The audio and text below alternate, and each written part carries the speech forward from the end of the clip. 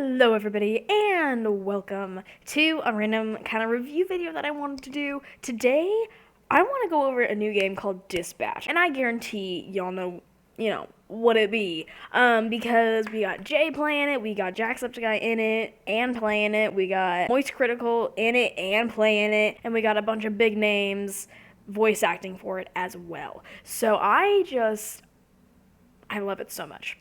And it's from Telltale Games, so Until Dawn, stuff like that. So they're very well known and they make really good games. And this one, y'all, it is such a banger. I honestly don't even have a point to this video. I just want to say how fucking cool this game is.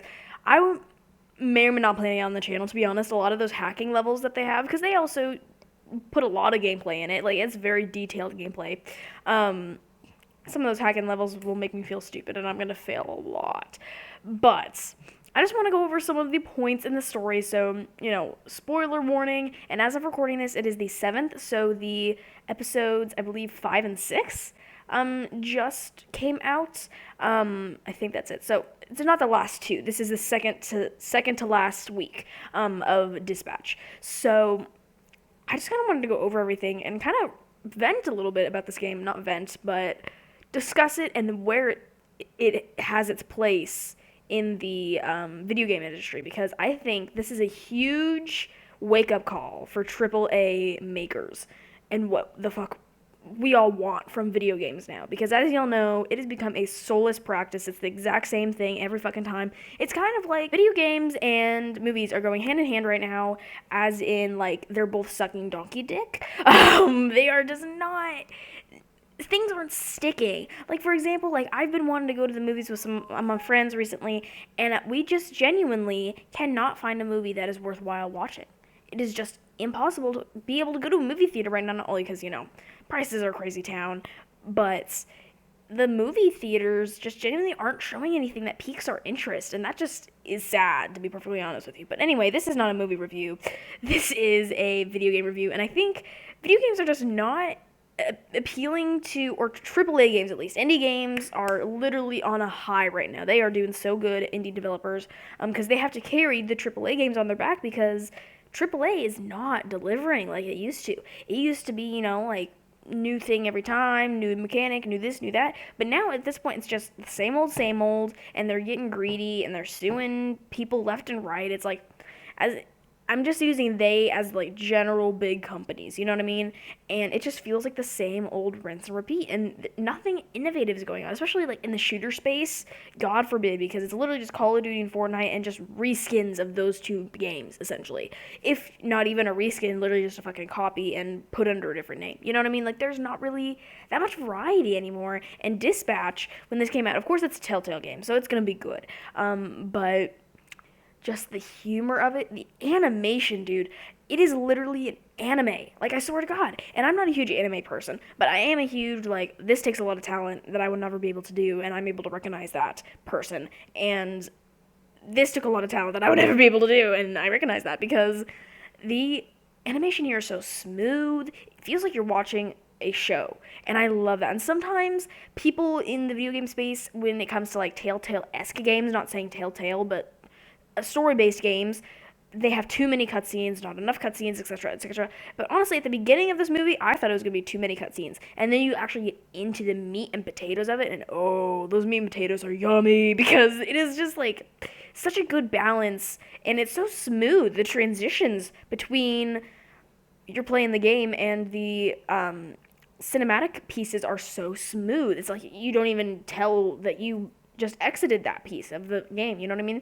So that was episodes 1 and 2, and it was just such a good introduction, and it honestly made you want to go for all of the characters. Majority of them had, oh, I like you because of your spunkiness, I like you because of this and this and this. Unpopular opinion, but I don't really like VISI OUT. I'm gonna be so for real with you guys. I like as the story progresses, I like her arc. I like the writing for that, and I think that is masterful storytelling, especially in a video game form. And that debate between, am I the hero, am I the villain, do I even deserve to be the hero, etc., etc. I always find that interesting. But I just do not like VISI OUT as a person, okay? Especially in these last 5 to 6 episodes. This might be an unpopular opinion, but I'm going to say it anyway. Y'all can go off on me in the comments, whatever. This might be an unpopular opinion, but VISI OUT puts well, this isn't an unpopular opinion, but this is just, some of the things I say in this video, let that be a disclaimer, will be unpopular opinions, maybe. I haven't really seen the community say that much about this, but I'm going to say, what I'm thinking fully. So, I think Invisigal brings harm to everybody in her wake. Let me explain. Because we meet her, and she immediately is like, all over Robert, whatever. I kind of prefer him with Blonde Blazer, just saying. I prefer him with Blonde Blazer, but at the same time, I like the arc of him and Invisigal, if that makes sense. I like how they have more chemistry than I feel like Robert and Blonde Blazer does, but I don't know, I just don't like Invisigal, so I'm always gonna go with the opposite of that. And I think she just brings harm because we meet her at first, and she decides to go against, no matter what choice from what I've seen in those first 2 episodes, no matter what, Granny always gets shot in that first little confrontation in the donut shop. And the person always gets away. Well, obviously that's kind of how the story's progressing, that's fine, whatever. But point being is Invisigal directly disobeyed an order, and of course Chase is like, hey, like the old man is like, well, the semi-old man, the actual guy in his 40s, but he's aging because of his superpowers. Y'all know what it is. He was like, hey, this isn't a bunch of superheroes, these are a bunch of villains. And then, of course, Robert and his infinite, amazing brain is like, yeah, but we need to treat them like villains, so then that way they actually understand and start to improve and become heroes. And everybody's like, oh, that's kind of radical, but it's like, is it really though? Because Robert's so fucking smart. I love him.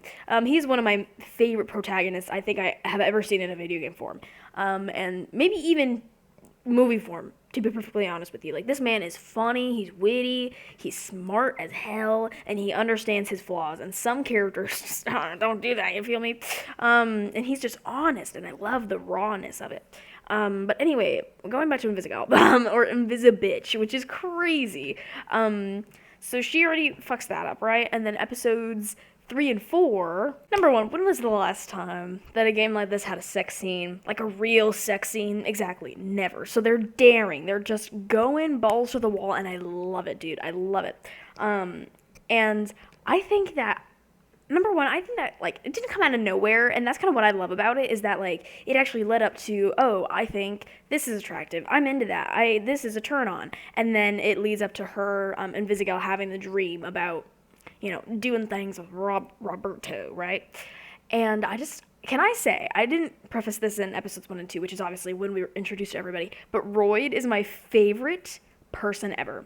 I need to protect this man with my life, because he's just such a little sweetheart, and I love him, and whatever voice actor did Royd is everything to me. Because, like, that was a perfect voice, and it fits him so well, and he's so caring, and, I just love Royd, inexplicably.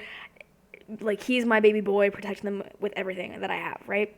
And honestly, there's just so many developmental scenes in episodes 3 and 4, and it's just, like, really, like, proceeds with the character arc. Like, Robert is getting to know these people, and their whole, like, demeanors and why they are the way that they are, starting to get along with them and become friends with them, and it is just such a natural whole thing, and it is so nice to see that it is natural. It's not like all of a sudden, bam, we're besties, and bam, I understand you, and bam, I'm having sex with all of you left and right. Like, it is natural progression of everything, and I love it. And then you also have a huge developmental moment for Invisigal, which, again, as much as I don't really love her, I love her character arc. I just, in the grand scheme of things, do I like her? No, if that makes any sense. Like, I love her character arc. I love how it's written. I love the voice actor. She actually fits the role very well. And I love the design of the character. Like, the character designs, oh, that's a whole other topic. We'll come back to that after I'm done with episodes 3 and 4. But I love, like, her character arc. But this is another one where it's a huge character arc time for her, because she actually succeeds in a mission, and she's like looking at herself on the leaderboard because, people are about ready to get fired. Which, by the way, I don't know why anybody would choose Sonar to get fired. I'm sorry, but then again, I just didn't really like the God, what was her name? Dude, I don't remember her name. Coop. I don't really know. Like, I guess I have not watched people other than Jack keep Coop. but I don't know. I didn't really resonate. I mean, I liked her. I liked Coop as a character, and I liked Coop as the voice actor as well. But I didn't really resonate with her. I would have kept Sonar. But anyway, everybody's about ready to get fired, whatever. But she sees her name go up on the leaderboard, and she's not about ready to get fired, and she's like actually proud of herself, taking pictures, and she's like super happy about it. And it's like that is a really cool progression to see. I don't know if I belong here. I'm a villain. I always meant to be a villain to maybe this hero thing isn't so bad. Look at me, I'm on the leaderboard, like, I'm fucking cool. Like, that whole progression is so cool. And like I said, I have nothing against the writing. I have everything against just how she treats other people and how she's putting Robert in jeopardy. And it makes me angry because Robert is also my baby boy. But again, Royd is everything. But anyway, the character, designs. Like, this kind of goes hand in hand with what I was saying earlier, the animation and everything like that. But the character designs are so cool, and it just, like, it makes sense to them. You know what I mean? And it just, like, their transformations and their posing and just how they walk around. And it's like, I love Alana Pierce's character, Malevola. I think it is just so badass. And Prism, paired with the voice acting and the look, is everything. I love that like southern drawl accent. It is everything. In real life, I love it. I love it. I love it. And I mean, Golem is just a huge ass rock, but they made him look so cool. It's just I don't know. I could go on and on about the praises of this game, and I could literally go through every fucking character, which I might. And I love Punch Up. He is such a little cutie. Of course, Jack voice acted him, so I might have a little bit of a bias there. But I love his little shortness, and again, might have a bias there because I am indeed also short. I'm 5 foot on a good day. But I think Flambe, especially because I think his is the coolest, only because it's also cool, but only because in the beginning of the game you can either throw alcohol or water on him when you first meet him at the bar, and based on your decision is whether he has eyebrows or not, which I think is such a great little detail and so cool because it really does, like, a lot of these story-based games, as much as I love Man of Medan, Little Hope, all that, sometimes they fall flat in the actions that you take matter. Whereas this game, it feels like the choices you make actually have an impact. And that is so cool to see, especially from this genre, because like I said, it's already bringing a lot of life back into the video game space. But not only that, but also the story space, like, it's just bringing so much life back into so many different parts. And I just love that little detail. And Waterboy, I choose him every time. Screw Phenomenon, I do not like him, and honestly, I think he might be a villain.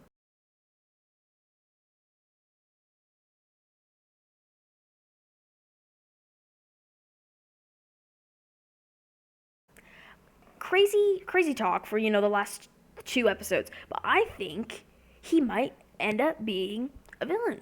I don't know why. But I mean, of course, like, oh, I got broken up with, now I'm a villain. I don't really think the breakup between him and Blonde Blazer is actually going to be the reason for his turning. I don't know what would be, but my theory has always been that he is in sheep's clothing. Like a wolf in sheep's clothing. That's what I meant to say. That's the saying. And because, I don't know, he gives me the weird vibes, but at the same time, I love this scene where you're trying to like connect with him, and you're like, oh yeah, I kissed Blonde Blazer. That's probably why you guys broke up, and that's one of the options that you can choose when you're trying to comfort him, right? And he's like, are you sure? And then he kisses you. And he's like, oh, never mind. You could never possibly do that because you're such a shit kisser. Like, that is so funny. Like, don't get me wrong. If another man, becomes a villain, that would be such a cool arc, but I just love him as a person. And Waterboy, going back to him, he is such a muffin, and I love him. And his superpower is a little gross, I'm not gonna lie, but I think that's also another good indicator of how good the animations and designs are, because he throws up water to clean things, and that's his superpower, is water. And so he like can throw up on Flambe and go blah, and then water goes everywhere, and his flame is out. Like, that is so cool. And we see that in episodes 5 and 6. Sorry, 5 and 6. And that is just so gross, but it's also really cool. And he's just a guy, and you feel so bad for him because he's obviously meeting his heroes. He's just trying to get a start in the world, and I don't know, I love him so much. He's another baby boy. I love him and protect him with my life. And I'm so glad a lot of the people that I've watched have picked Waterboy. I've seen some of the endings with, like picking Phenomena Man and everything like that, which is fine. But I have a special place in my heart for Waterboy. I don't know why. But like I said, he's just a little muffin, and he's just trying to make his way in the world, and I love him. When I watch people choose Blonde Blazer over Invisigal, as far as like a date goes, because at the end you can choose to either go on a date with Blonde Blazer or Invisigal, and I almost feel bad for her because she's by herself if you go with Blonde Blazer, and I don't know, it really does not feel like a genuine connection with Blonde Blazer, like the connection between Robert and Invisigal is, closer for sure. But again, I just don't like how she puts everybody in her wake, and she just makes that's what it is. It's reckless decisions, and she knows it's going to put people in danger, but she still does it anyway. You know what I mean? And it's stupid because you would think after, episodes 1, 2, 3, and 4, now she has this huge character arc. She's starting to see herself as the hero. But then episodes 5 and 6, this whore. I think I was like, okay, I'm warming up to Invisigal like everybody else was. And then 5 and 6 diminished it, and I don't think anybody else will agree with me. This is where the unpopular opinion comes in, okay? I will start with my unpopular opinion. At the end of the episode, so we're starting from end to beginning, okay? Of course, Invisigal, she's like, the thing that powers your mecha suit is in a warehouse. We're villains. We have connections to the other world. Let's go get it. And everybody's like, hey, we don't have a plan. Let's maybe make a plan first. And pretty much all of the playthroughs that I've watched of this say they literally pick the same choice. Like, you pick, hey, we need a plan. But either way, it doesn't matter. It seems it doesn't matter which one you choose. The outcome is still going to be the same because they need to progress the story in the worst way possible. Not saying that, like, it's a bad direction for the story. I just hate the way it makes me feel because it literally made me cry today when I watched it. Which means it's a good story, which means that they're doing so good on storytelling, and I love it. She finds it, and she's like, you know what? I'm going to go to the warehouse myself. And then Chase is like, the, guy that his powers age him. Let's just say that, guys. His powers age him. This is a huge prefacing moment, and they said this in episode 1 as well, so it was going to lead to something eventually, unfortunately. But he's like, hey, maybe shut the fuck up a little bit, like, you are no hero, etc., etc. And if you look at the whole monologue, yes, he says things that are out of line. He obviously was under the influence. Or maybe, honestly, he wasn't. He's one of the most straightforward characters. That's kind of why I love him. But either way, he's saying things that are out of line. I don't agree with him.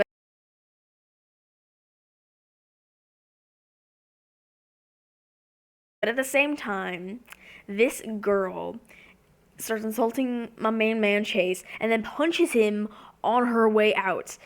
And that's my big thing is, like, I get it. What he said was out of line, but you just punched an cute little old man. And again, he's one of the people that I just have a special place in my heart for. I can't tell you why, but I just love Chase with my heart and soul. So, and then she leaves, and then Robert's like, Visi, as if his mentor and friend and father figure for his whole life didn't just get punched in the fucking face and insulted. Like, I know, like, of course, he was out of line too, but make sure he's okay. And I think pretty much everybody that I've seen has chosen that option to say, hey, you okay, Chase? But, like, why would you go after her, like, try to almost go after her in the first place?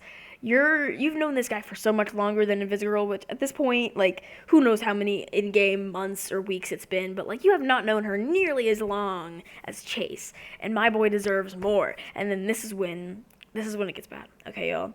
Because then she goes to the warehouse by herself. Indeed, she follows through. You go through all these levels, you get to the Mega Man thing, but then everybody stops attacking you, and it's dead silent. So you're trying to get Invisigal out with the Mecha Man stuff, and then the main villain guy, which again, for the life of me, I can't remember his name. I literally just saw the episode today. This just goes to show how much of a goldfish memory I have. And of course, he starts doing villainy things, like blowing smoke everywhere. And the really cool thing, another super cool detail, is that everybody's abilities kind of tie into who they are as people, you know what I mean? Like, Alana's character, which, Malevola, yes, oh, I'm so smart, can do portals, but she's, like, from Australia, so it's, like, the land down under, and, like, you're, doing portals from like the underworld. Do you know what I mean? Like that's really cool. And then with Invisigal, she only can go invisible when she holds her breath, but she has asthma. So that is just like that's such a cool little detail, and I'm so glad that they added stuff like that because that is just so fun.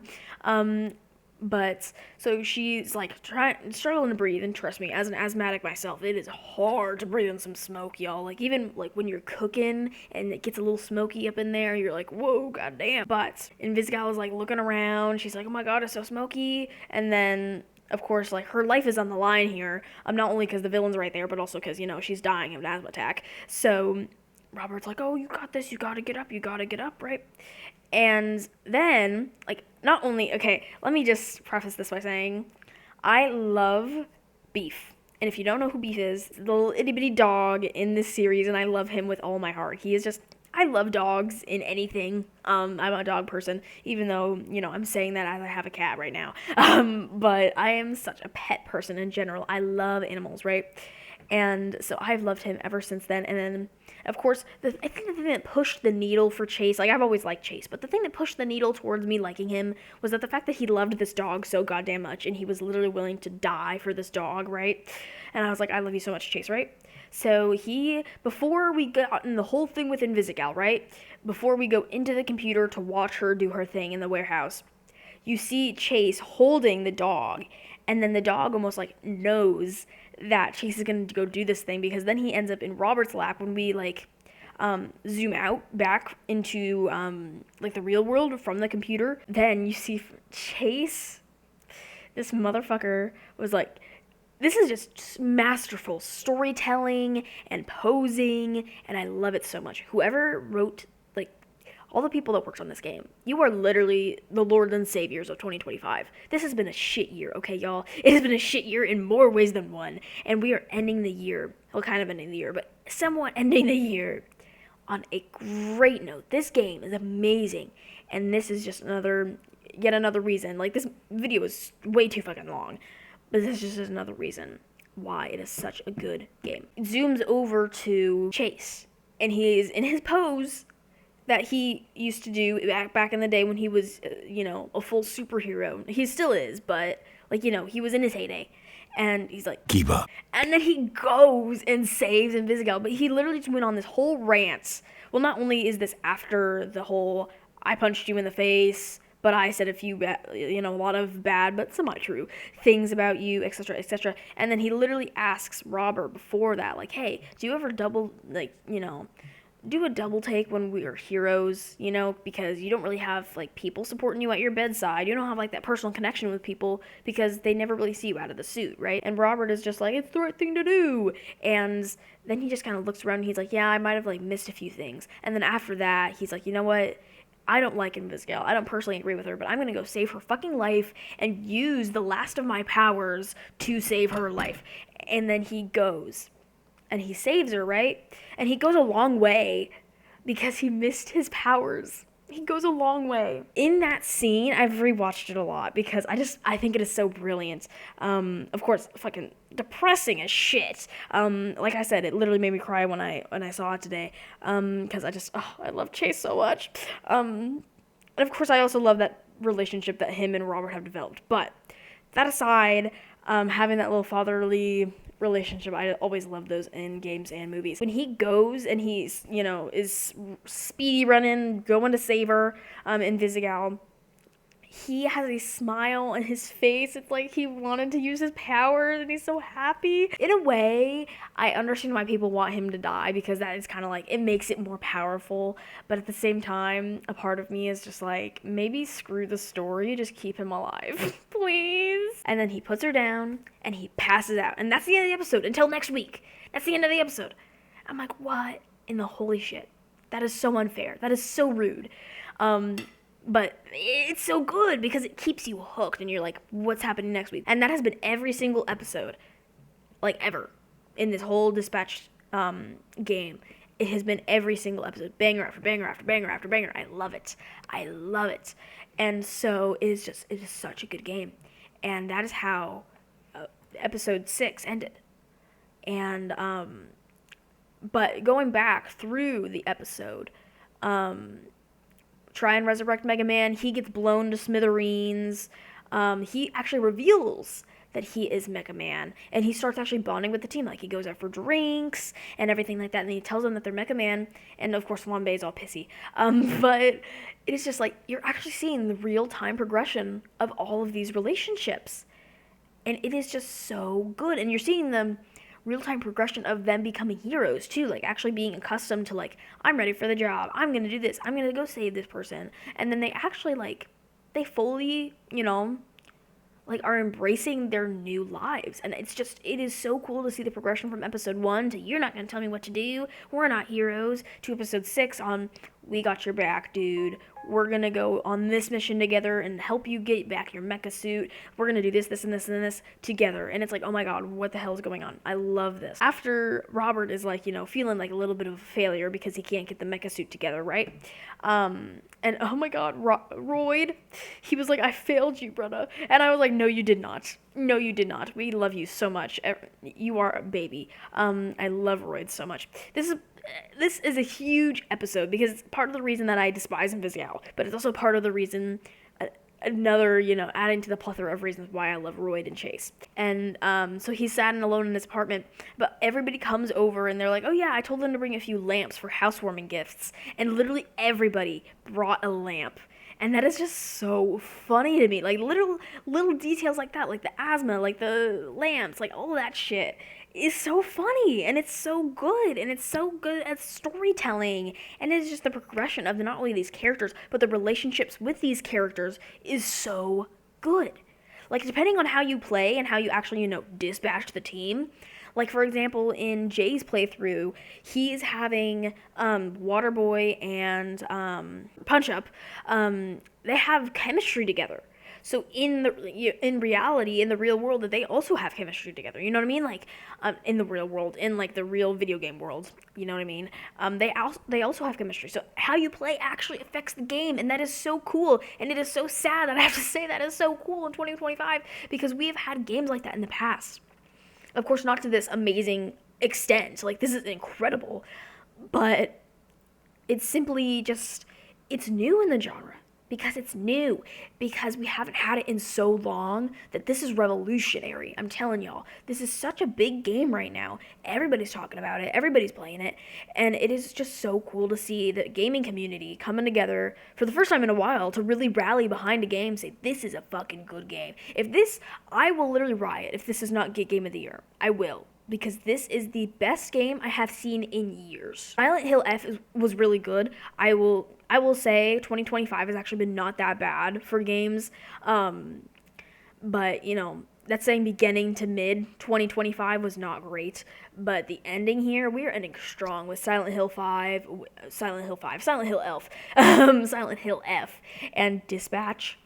Like, these are some top tier games, y'all. I might be forgetting some games that were also really good, but I'm more focused on just how good Dispatch is, because the storytelling is amazing, the animation, the character design, the character development, everything is so good with this game. And I just had to get on here and just go on a whole tangent, because literally as I'm recording this, I've been recording for almost 35 minutes. Solely talking about this game. And of course, I came in with no script. Y'all know how this goes. I come in with no script. It ends up being a super long video, and then I re-record it. But this time, I'm not going to re-record it, because there is literally no script in the world to really go over every single one of my thoughts about this game, because it is so scatterbrained, because there's so many good things about it. It's impossible to all get into my brain, because there's so many good things about every single episode, and every single character, and every single arc.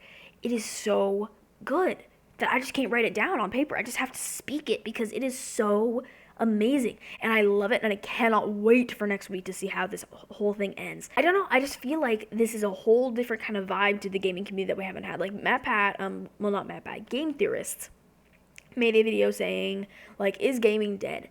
And in a way, yes, it is. I do agree with that.